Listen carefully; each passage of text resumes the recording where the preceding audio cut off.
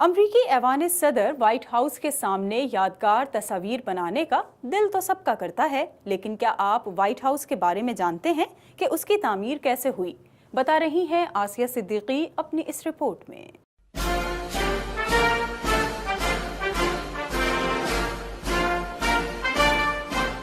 امریکی ایوان صدر وائٹ ہاؤس اپنی انفرادیت اور خوبصورتی کی وجہ سے دنیا بھر میں اس قدر مقبول ہے کہ دیکھ کر ہی لوگ شناخت کر لیتے ہیں۔ تقریباً 250 سال قدیم اس عمارت کو دیکھ کر ایسا لگتا ہے جیسے کل ہی تعمیر ہوئی ہو۔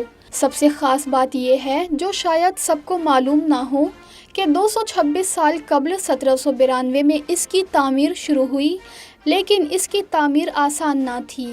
عمارت کی تعمیر کے لیے ایک مقابلہ منعقد کیا گیا، جس میں آئرش نژاد آرکیٹیکٹ جیمز ہوبن کی جانب سے دیے گئے ڈیزائن کا انتخاب کیا گیا۔ 6 سال تک اس 6 منزلہ عمارت کی تعمیر کا کام جاری رہا، پھر بھی اس وقت مکمل نہ ہوئی۔ ابتدا میں اسے ایوان صدر کا نام دیا گیا اور بظاہر سفید رنگ سے رنگا گیا، لیکن حقیقتاً اس کا رنگ زردی مائل تھا۔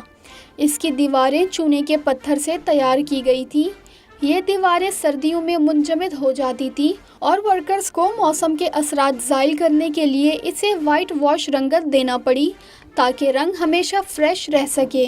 ویسے تو اس کا سرکاری نام ایوان صدر تھا، مگر لوگوں نے اسے وائٹ ہاؤس کی عرفیت دے دی۔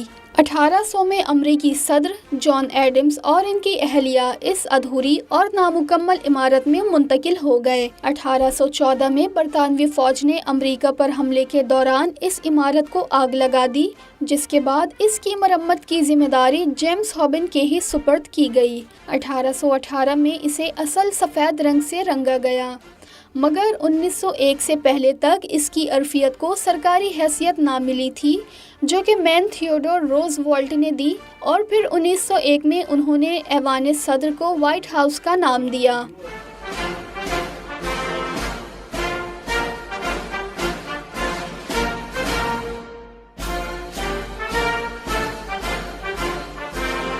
اٹھارہ کینال پر مشتمل یہ عمارت 6 منزلوں پر محیط ہے، جس میں 132 کمرے اور 32 باتھ رومز ہیں، جبکہ ٹوٹل دروازے 412 ہیں۔ 143 کھڑکیاں، 28 آتش دان، 8 سیڑھیاں اور 3 ایلیویٹرز ہیں۔ اس عمارت کا کچن اتنا وسیع ہے کہ اس میں 140 لوگوں کے کھانے کا اہتمام کیا جا سکتا ہے۔ Asiya Siddiqui, voice of South Asia.